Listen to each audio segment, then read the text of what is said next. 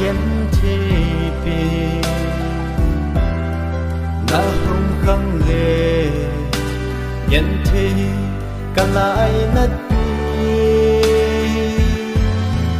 ban pha phép pha na su na kiến ni in sen hung mò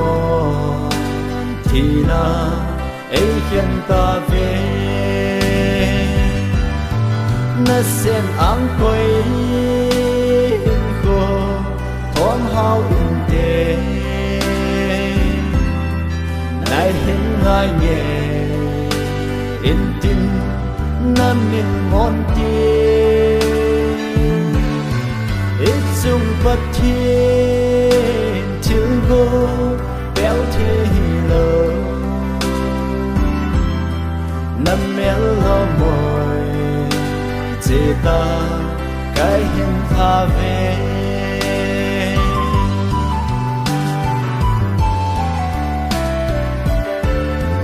ở chung lệ số khăn khô anh lắm đắng nhẹ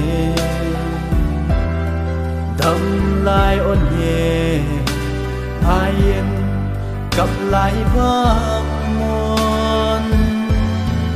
vai cuốn cuốn lại ngài yên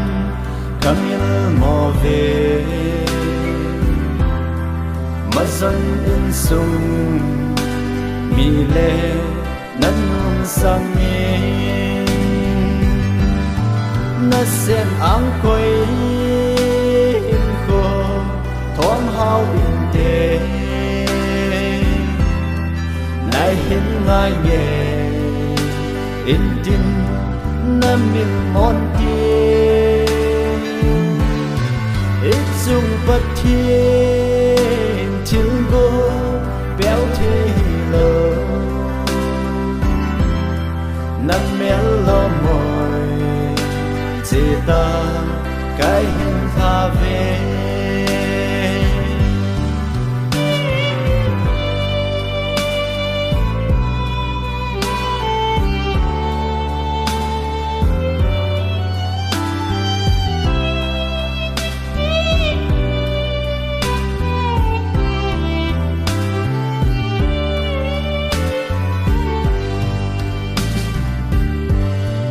na pin na phang khu a na mel mong mo na len gul chen nang me kalo se nang vang no min lengin gen the mil da gen the na chen da la ta se lo vi